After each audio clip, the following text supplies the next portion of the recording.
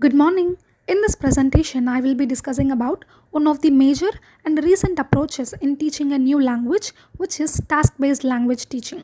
Task-based language teaching is an approach that seeks to engage learners in authentic language use by having them perform a series of tasks. These tasks could include visiting a doctor, calling customer service for help, booking a train reservation, and so on.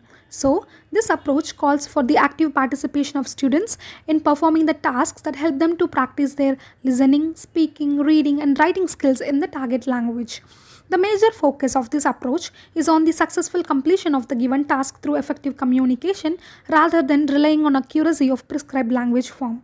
In short, this approach aims at building the fluency of the students rather than the accuracy, and this fluency is developed through conducting some meaningful tasks that give the language learners an opportunity to practice the target language. For these reasons, this approach is closely associated with the communicative language teaching.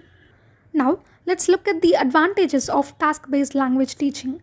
One of the major benefits of this approach is that it lets the learners to acquire a language through practical tasks. This would help the learners to face the real world in a confident way but not with hesitation. The second advantage of this approach is that it motivates the students to learn through fun. Students generally enjoy participating in the given tasks as it is fun, and they also practice the language in a more active way.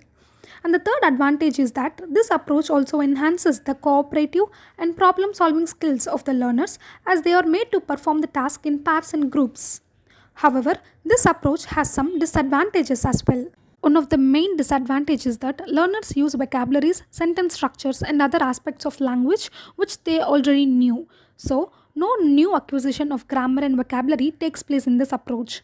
The second disadvantage is that since the task based language teaching focuses too much on the completion of tasks, the learners may sometimes use their native language or body gestures to express their thoughts rather than using their target language. The third disadvantage is that if the students lack motivation to participate in the given tasks, the entire approach becomes a massive failure. Therefore, when the teacher does a careful planning in conducting the tasks along with motivating the students to participate in it, the task based language teaching becomes an effective approach for the learners to acquire a new language, which is English language in our case. Thank you.